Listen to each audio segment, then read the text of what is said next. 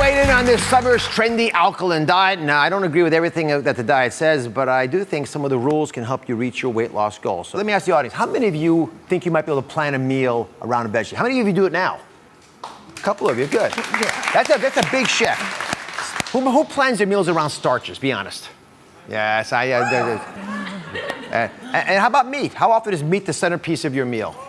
Oh yeah, hallelujah. All right, you're all hoorahing about meat and starch as your centerpiece, but there are a couple of simple things you can do. Karen's articulating them. On the alkaline diet, I want you to change the way you think about what you're gonna center your food around like Karen did. And there are 4 easy steps to help you follow the alkaline diet. Take a look. Rule number 1, plan your meals around vegetables. Rule number 2, balance every meal with lean or plant-based proteins. Rule number 3, include citrus in 1 meal per day. Finally, rule number 4, avoid liquid sugars.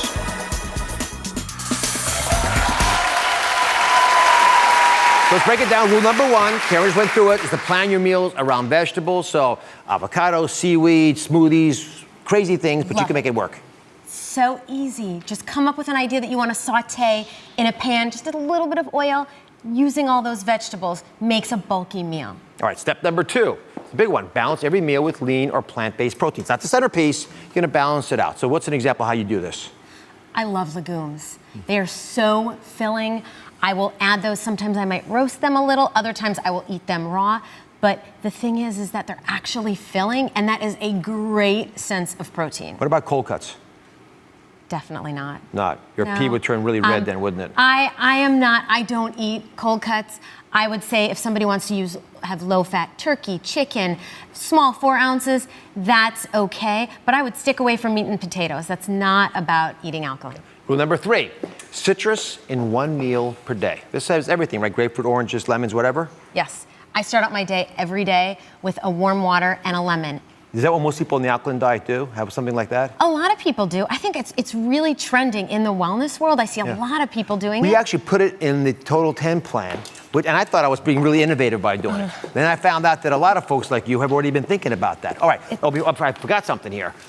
The alkaline diet also has a rule about liquid sugars. Specifically, you can't have them. So please talk to everybody very honestly. What about sodas and cocktails and all those things? Oh, my substitute is infused water.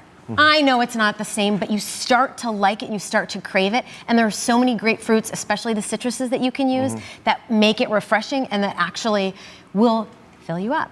Yeah. So again, this is, by the way, you got to also be careful with things like fruit juices and the like, not a lot of liquid sugar. Right. You don't want that. All right, here's the deal. If you follow our alkaline diet, it can help you reach your weight loss goals, but it's more than just a fad. It's really a way of eating, so think about these rules. You can find my alkaline grocery list on DrOz.com. Now here's a question for you. Think about this, Karen. If your scale could talk, what would it say to you? What would you want it to say to you? Surprising words of encouragement for weight loss from a very surprising place when we come back.